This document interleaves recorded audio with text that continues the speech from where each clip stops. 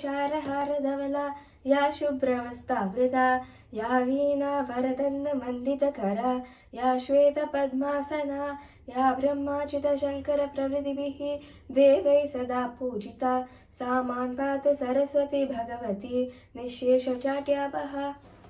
நமஸ்காரம். நவராத்திரியின் கடைசி 3 நாள் சரஸ்வதி தேவிக்கு பூஜை செய்வோம். சரஸ்வதி தேவி நமக்கு கல்வி, கலை, ஞானம் கொடுக்கிறாள். வெள்ளை தாமரையில் அமர்ந்து வெள்ளை வஸ்திரத்தை தரித்து கையில் வீணை, புஸ்தகம், ஜபமாலை வைத்திருக்கிறாள். பிரம்மா, விஷ்ணு, சிவன் ஆகிய தெய்வங்கள் பூஜை செய்யும் தேவியை பற்றி நாம் ஒரு பாட்டு கேட்கலாமா?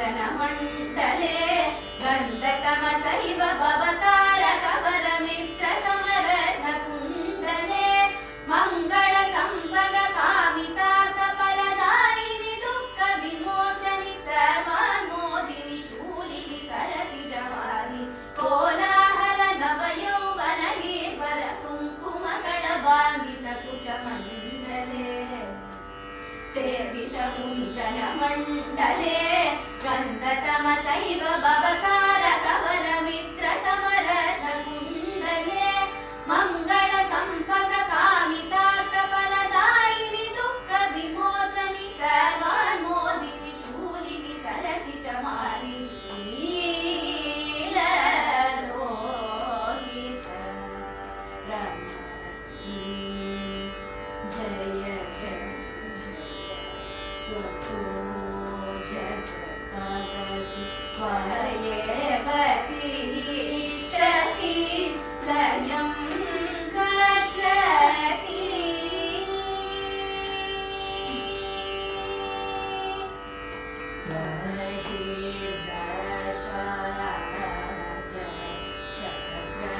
चक्रस्थितबले निर्विशेष परतत्वदीपिके सा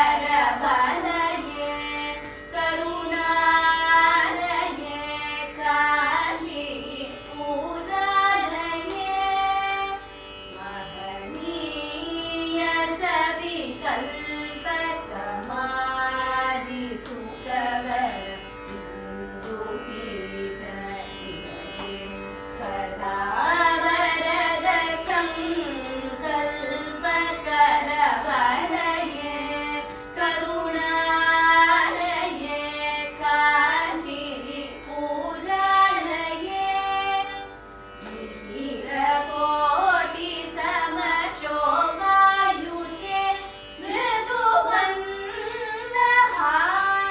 मृदुमन्दहासितमुखे विश्वात्मक ऐं क्लीं सौबीजवर मन्त्रार्थ बोधके चन्द्रमुखे मिहिरकोटि समशोभायुते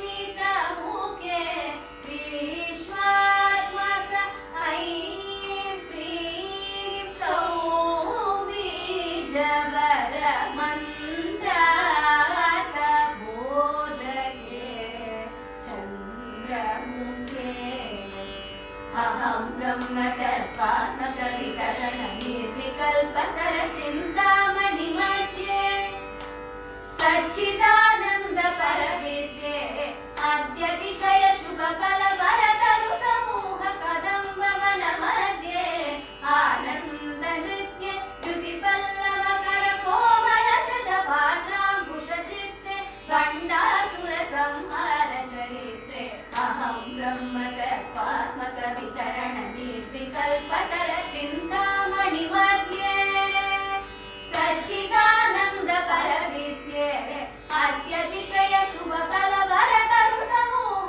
कदम्बवन मध्ये आनन्द नृत्य द्युतिपल्लव कर कोमलधृत पाशाङ्कुशचित्ते भण्डासुर संहार चरित्रे नीललोहित जय जय त्वतो जगद्भगवति त्वयेवति इष्टति लयम्